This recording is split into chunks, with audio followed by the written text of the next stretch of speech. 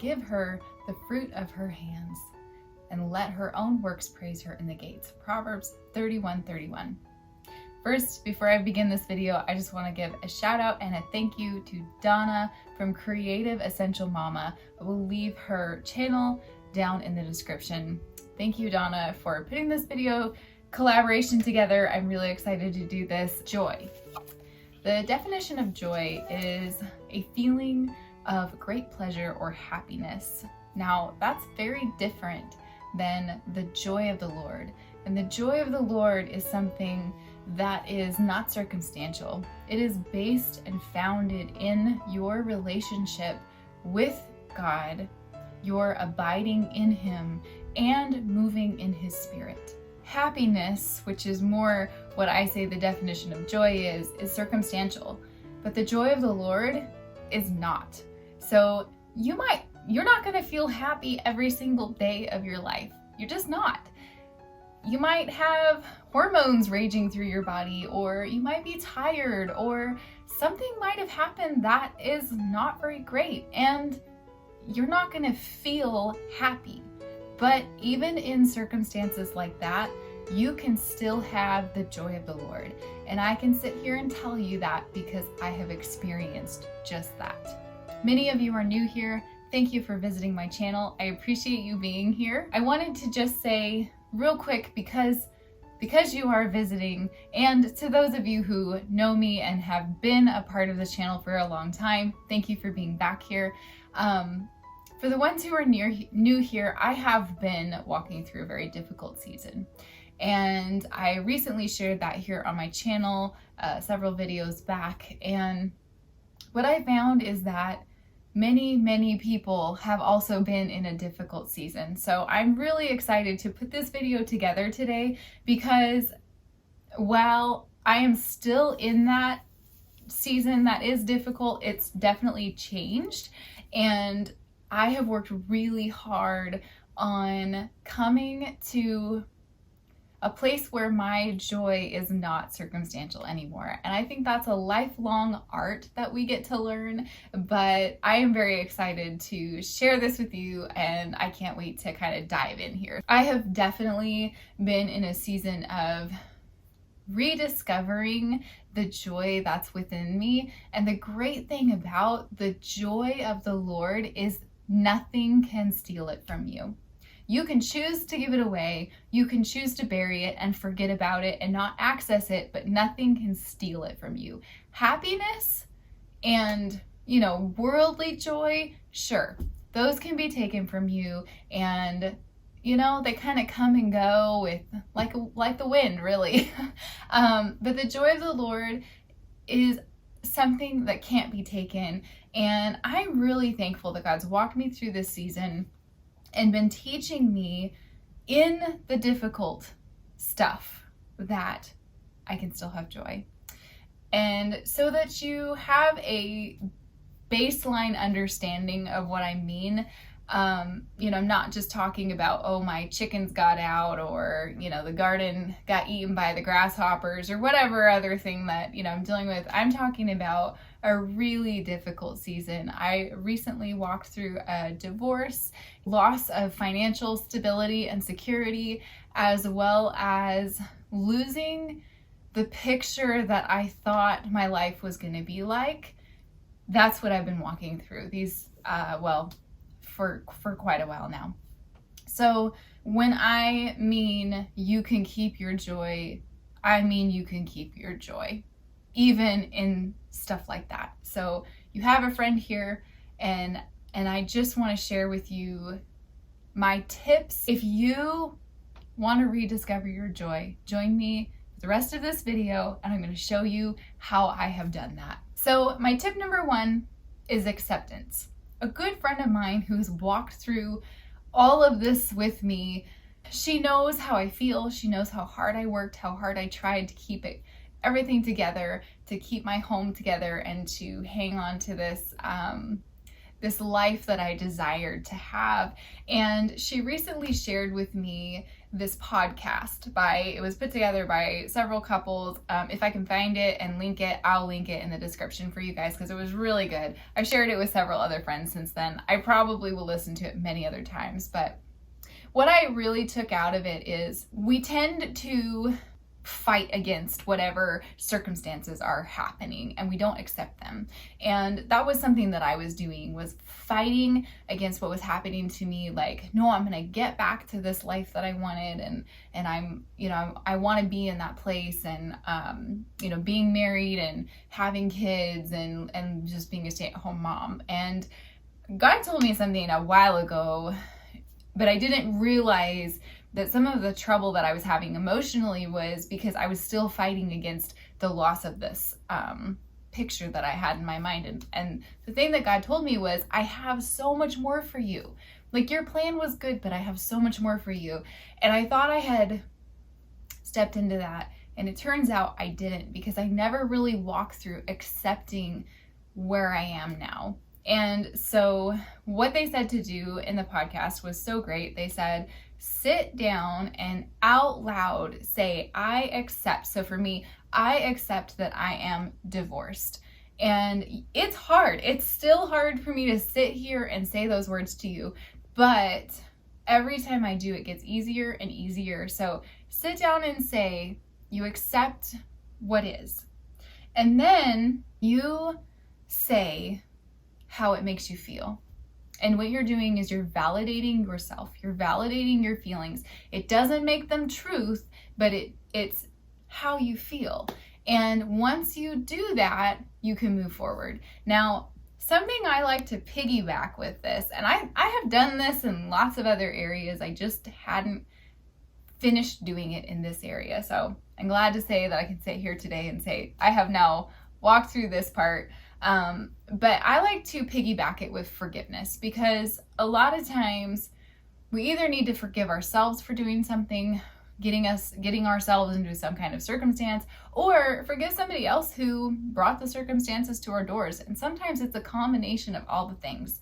What I found is the moment that I accepted my circumstance, it didn't have any more power over me, and I was free suddenly. And when you choose to walk in forgiveness, you're saying, God, I want you to work in this person's life and in my life, and you're opening a door and inviting him into that situation. And I don't know about you guys, but I don't want any situations in my life where he's not working. So that's tip number 1. Tip number 2 is identify the things that you can change and the things you can't. And this tip actually comes from my mom. She has helped me with this so many times.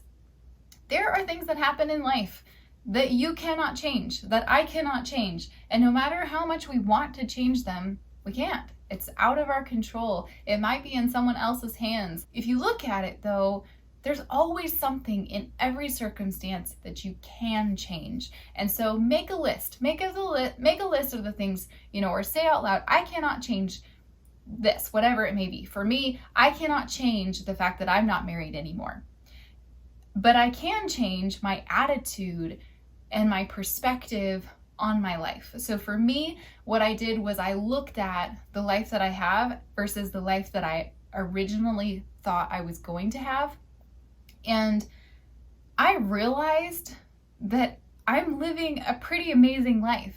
I have most of the things that I wanted, and I've reached a lot of the goals that I wanted to. And that realization was incredible for me. It was so helpful. So I highly encourage you to do that. As soon as you identify the things that you can change, you feel empowered, you feel inspired, and you feel excited, where you can get up and get the motivation you need to keep going. So my third tip is, what fills me up and what takes out of me?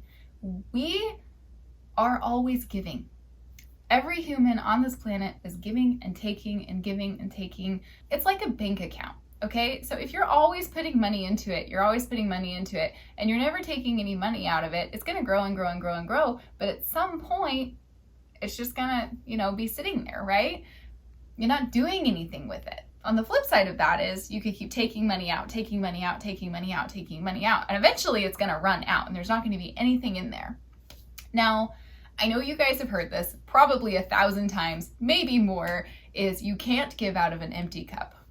Now, it's true. You know it's true. You know I was going to say it's true, right? Because you can't. If your cup is empty, there's nothing left coming out of your cup. You don't have anything left to give. So part of resting in the joy of the Lord is that you're not taking out of your own self anymore. You're pouring out of the abundance of heaven and the abundance of God's love. And that never runs out. So that's part of it. And then the other part of it is figuring out, I actually made a list. Like, I wrote down all the things that happen, throughout the week. And I made one column that says things that take out of me, and then one that says things that put into me. And realized that I was living way out of the things that take out of me column. And so what I did was I crossed them off. As many things that I could. I mean, yes, there are still things you have to do that are going to take out of you. But the good news is that you can limit the things that take out of you. And if you flip that and you start putting your effort into putting energy into yourself, then you have more to give and you feel better every single day and you have more energy to do the things that take out of you. So I encourage you to try that. One of the things that I looked at when I was making my list of things that put into me was I realized I actually wasn't doing hardly anything that put into me, and I was doing so many things that take out of me. Where was this flow even coming from, right? How am I taking care of my kids every day? How am I getting up and doing homeschool with them every day? Well, the truth is that by the end, I had gotten so depleted, I could barely get out of bed. I didn't want to be around my kids very much. I certainly didn't have energy. I ended up being snappy and just kind of grumpy to be around, to be honest. And I knew I can't keep going like this. And so I wrote down a list of like the wildest things that I could imagine, of things that I would be able to do every day that would put into me, and things that I wouldn't be able to do every day, and I knew it, but things that would be incredible if I could do them.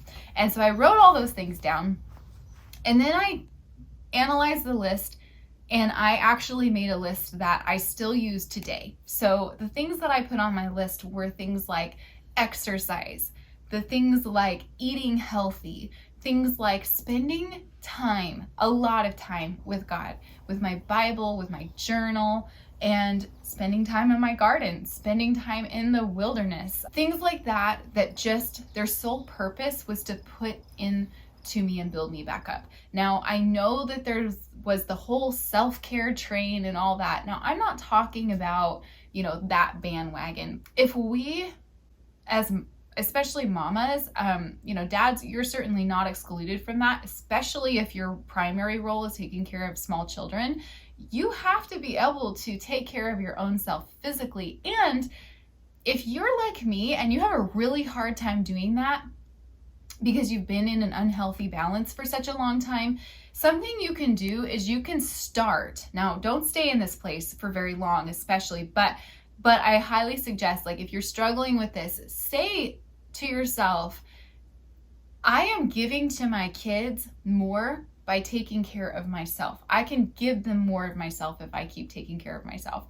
And I know that's really hard. It can be hard for some of us who thrive on taking care of other people. One thing that I also did, because, when you're in a really, really challenging season, where most days are difficult, and I mean difficult emotionally, difficult physically, difficult financially, there's so many challenges that we face. So, something that I did was, I've heard it said so many times, whatever it is that you're focusing on is what you're making room for more of in your life. So if you're focusing on all the negative things all the time, you're going to make more room for more negative stuff. If you focus on positive things, you're making more room for positive things. So something that's very quick and very simple, I do it every single evening, is I write down in a journal the top things that I am most thankful for that day.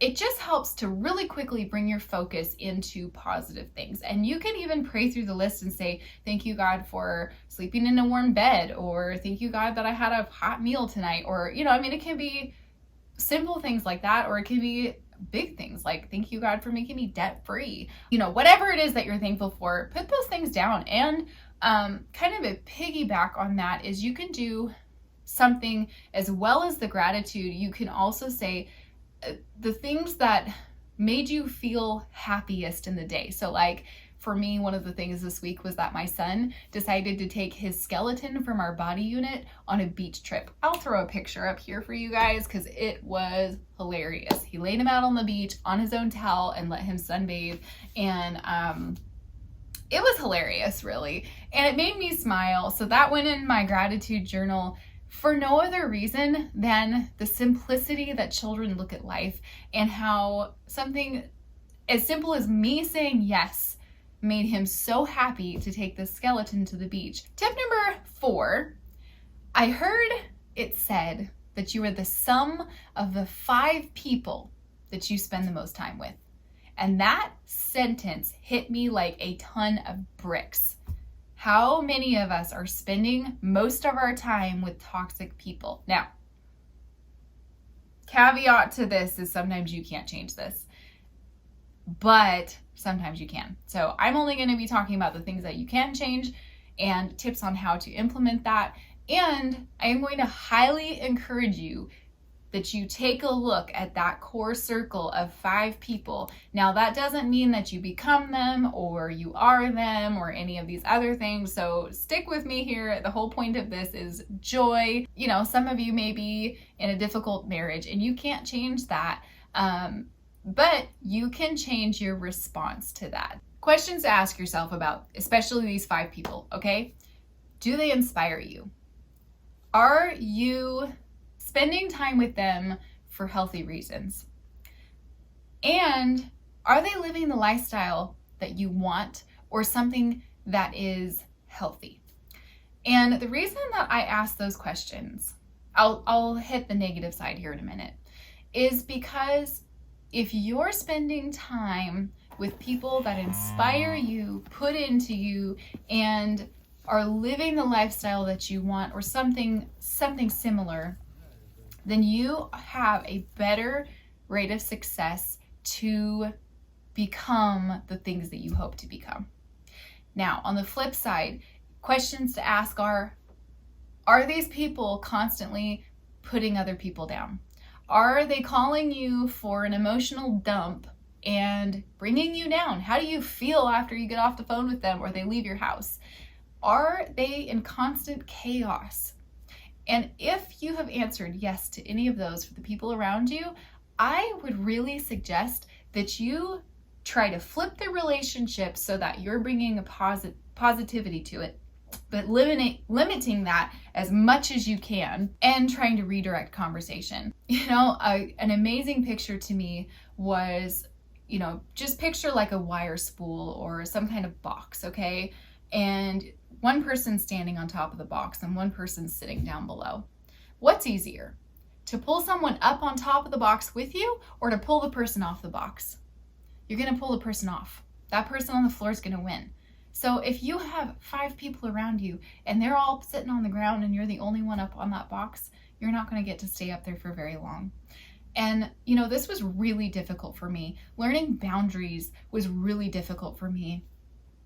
And I'm not telling you to just go and suddenly cut off all the close relationships in your life. What I am suggesting, though, is that you really begin to examine, what are you putting in? Because whatever you're putting in is what's going to come out, right? I mean, that's biblical principle. If people are just putting in toxic spew and dumping all their emotional mess on you, and you're hanging out with people with filthy, cluttered homes all the time, or people who don't eat healthy and you're trying to eat healthy, or you're trying to have a clean home, or you're trying to build up your joy, it's going to be really hard to do that when you're around miserable people who aren't choosing the same things. So I have had pretty big challenges with this in my life, and I've had to really be careful and kind and thoughtful in how I've executed this.